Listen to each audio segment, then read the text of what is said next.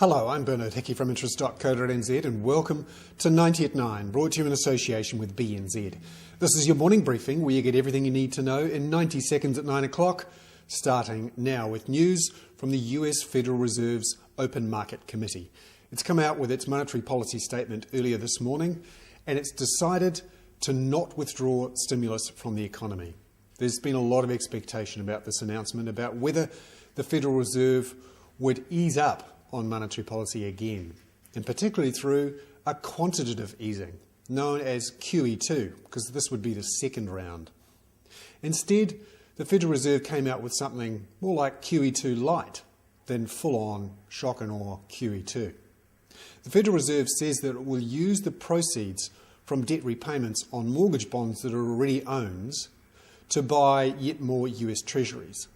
So it isn't printing brand new money to go out there and buy US Treasuries, but it is saying that instead of sucking that money back into its books, if you like, it's going to keep it out there in the economy, keep trying to stimulate the US economy because it is growing much more slowly than everyone expected.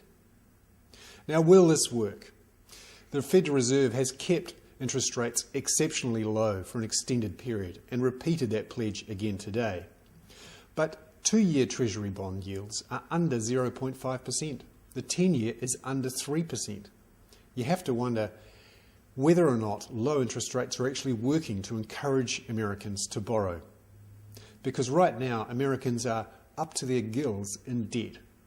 And many of the banks who would lend them money are in a tough state and aren't keen to lend that money. So the question is, who is actually going to be spending the money in the US economy? Is it going to be private individuals and companies, or is it going to be the government?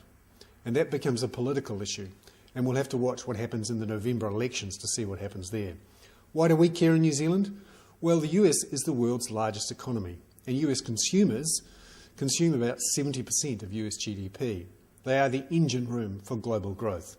And when they're not spending, and when the US economy is not growing, it's a problem for New Zealand and the world. Now, because we're not seeing the full-on QE2 money printing, that means the US dollar isn't under the same sort of pressure it was. The New Zealand dollar still up around that 72, 73 cent mark. I'm Bernard Hickey. That was 90 at 9, brought to you in association with BNZ.